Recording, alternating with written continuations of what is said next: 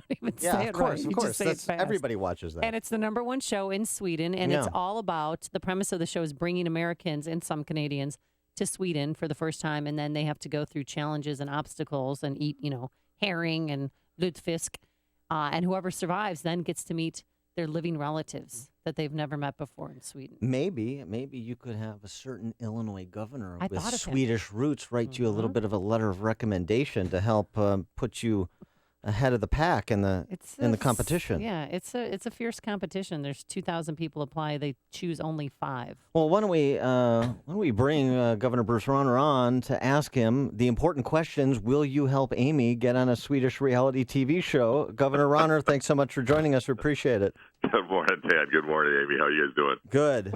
I love the sound of that show. That sounds pretty cool. Amy, are you trying to get on it? Oh yeah, I've made it past the first round, but we're going to be filling out a questionnaire later. Dan's going to help me with it on the air. I tell you, if you can do it, it's fantastic. I took my Swedish grandfather back for his 90th birthday.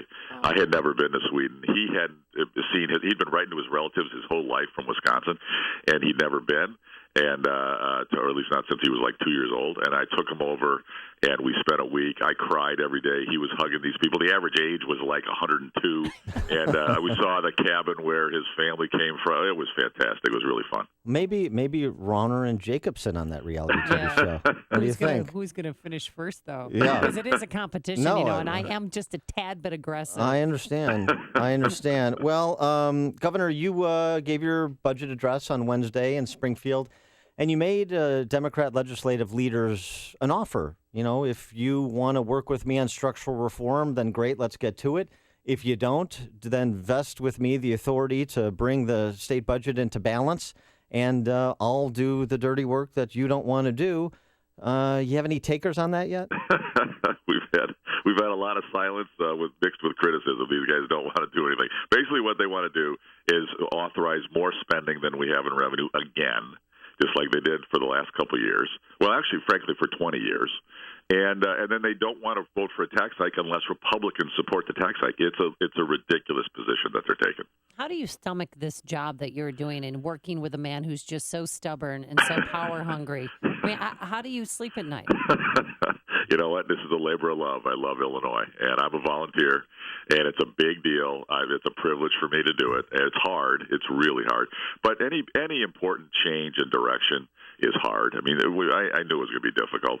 And people keep saying, oh, it's about the budget. Stop fighting about the budget, just work it.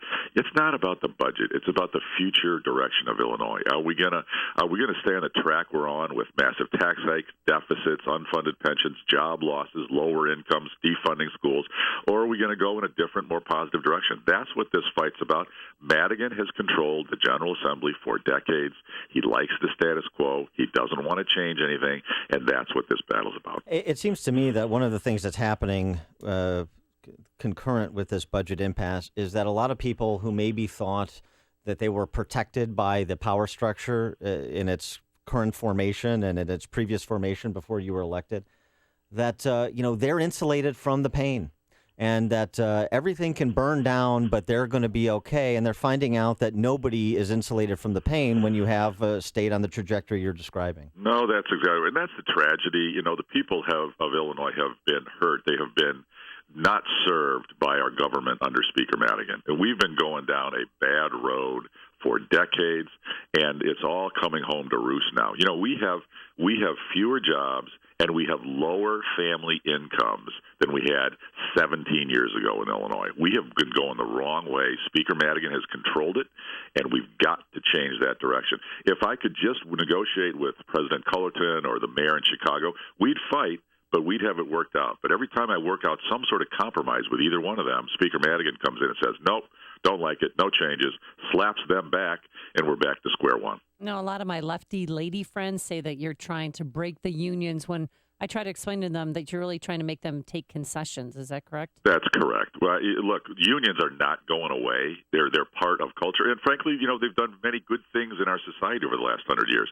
But we've got to have a balance of power. And what other states have done is, where it's needed inside government, taken certain things out of collective bargaining in order to protect taxpayers when it was necessary. And Chicago and the Democrats in Chicago have done that for years. I'm not proposing something that's some sort of radical, new, extreme idea. This has already happened. We just need to do a bit more of it to get our state going in the right direction. Well, the Chicago Democrats have tried to take something out of collective bargaining. They've tried to take you out of collective bargaining.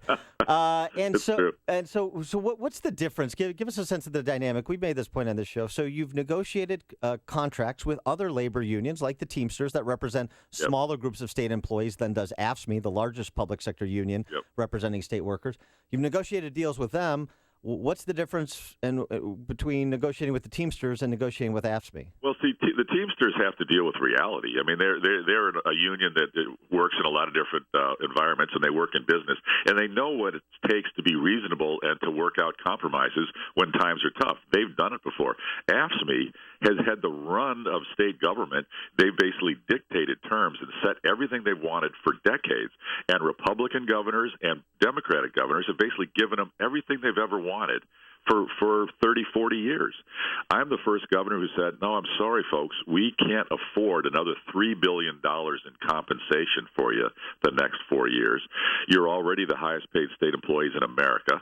And, God bless you, that's fine, but we can't have another $3 billion more. We've got to give flat have salaries stay flat for a few years and only give merit pay increases based on productivity or saving taxpayer money. And they've said, oh, no, we've always gotten what we want, and you're going to give it to us, Governor. And I said, no, I'm sorry, I'm not.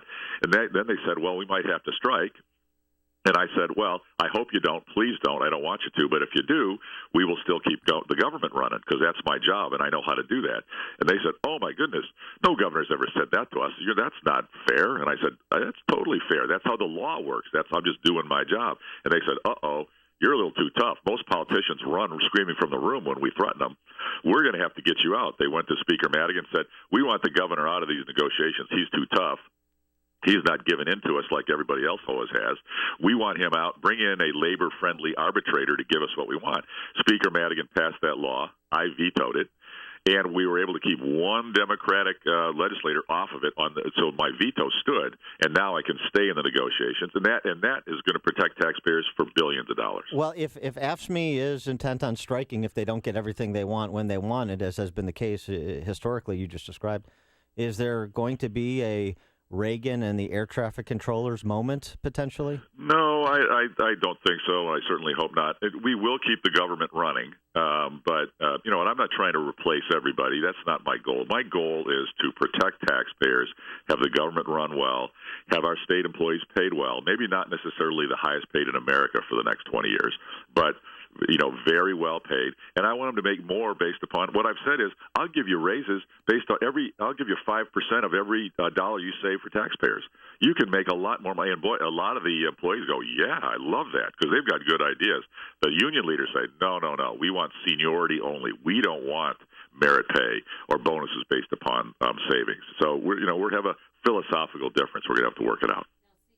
CEO of CPS, Forrest Claypool, basically it's claiming that you're hoarding money, that you're not giving the school district what it needs. So can you get on that, please? Because we have some teachers who are worried about their futures.